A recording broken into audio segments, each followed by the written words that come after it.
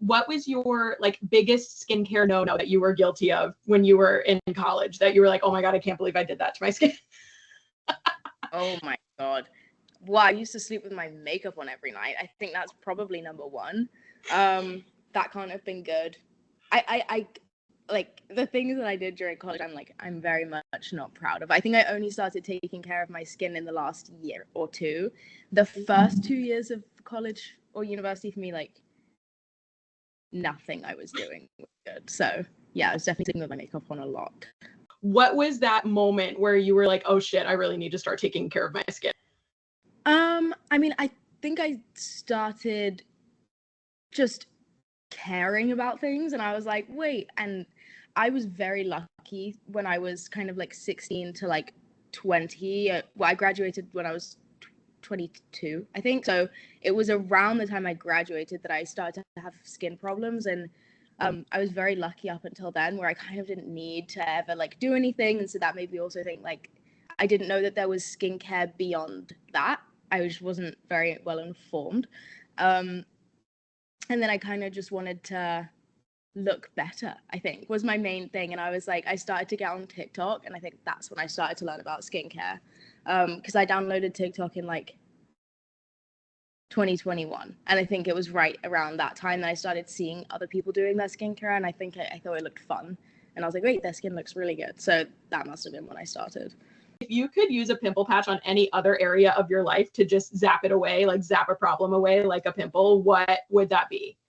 Ooh, putting laundry on hangers. Oh my God, the worst. I'm like faced with that problem right now because I just got back from a trip. I washed 2 suitcases worth of clothing, and it's all in my laundry room clean, and it's not going anywhere for a while. I'm probably just going to use that as my closet now. What does your beauty routine look like now, having like learned from your university days, having found something that works for you? What does that beauty routine look like? Now I try and keep it like very simple. I think I found some products that really work for me that are like complete staples in my routine, because obviously I do have acne, and so I have to kind of be careful how many trends I follow when it comes to skincare. But ironically, a lot of the staples from back then haven't actually changed from now. I think I definitely went very deep into exploring skincare and trying a million different products, and it's kind of humorous that I just landed right back where I started, which is CeraVe's face wash, because they're just like good old Mr. Reliable. They just do not bug my skin at all. Mm-hmm. So I keep it pretty simple. I try to do a face wash, and then I'll put, just some creams and some like moisturizer, and that's kind of where I stop. And then when I have breakouts, I will use the patches that we spoke about, and that's good because I'm a big picker.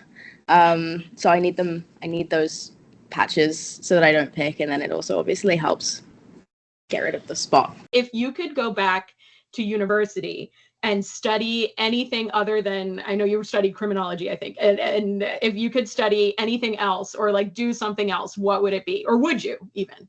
Ooh, I would. I think I would maybe do psychology. That's always kind of interested me. I did A-level psychology, but I wasn't particularly good at it, so I didn't take it up, but it would be interesting for sure. At university, was there like a hyperfixation meal all the time that you ate? I had a lot of struggle meals that to this day, I still love them. There was a period in time where I just started TikTok, and I was really, really struggling, and I had just a lot of bread and nothing to put on it. And so I started putting Tabasco on everything, because it was like only like, it just made these things I was eating a bit more interesting. And I would fry carrots and kale and all these like kind of spare bits of food and put a lot of Tabasco. And I used to even put Tabasco on my bananas because I was just always eating the same things. And then it was just when I started my TikTok, and I think that company ended up sending me like 50 things and I was mind blown. I was like, oh my God, this is like life-saving stuff. Who would you say had better style or like a better sense of style, university Madeline or present day Madeline? Oh, present day Madeline. I went through this just like transformational period of my life while I was at uni where I was like insanely depressed. It was terrible. And I like also didn't have a lot of money, but I did go through a phase where with what little money I had, I got deeply into thrifting, but thrifting fake fur, or sometimes real fur if I got really lucky.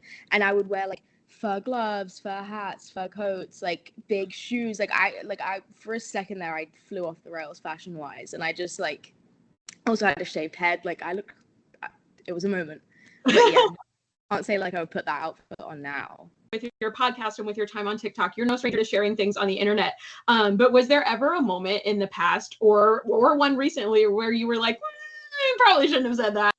Like, there are so many things that I, specifically in my podcast, where I overshare a lot. And then when I watch the edit of it, I'm like, what was I? Because every single week I edit that podcast, and every single week I cut out about 30 to 40 minutes worth of the podcast, and that's why they're always short, because everything I say cannot possibly go on the internet.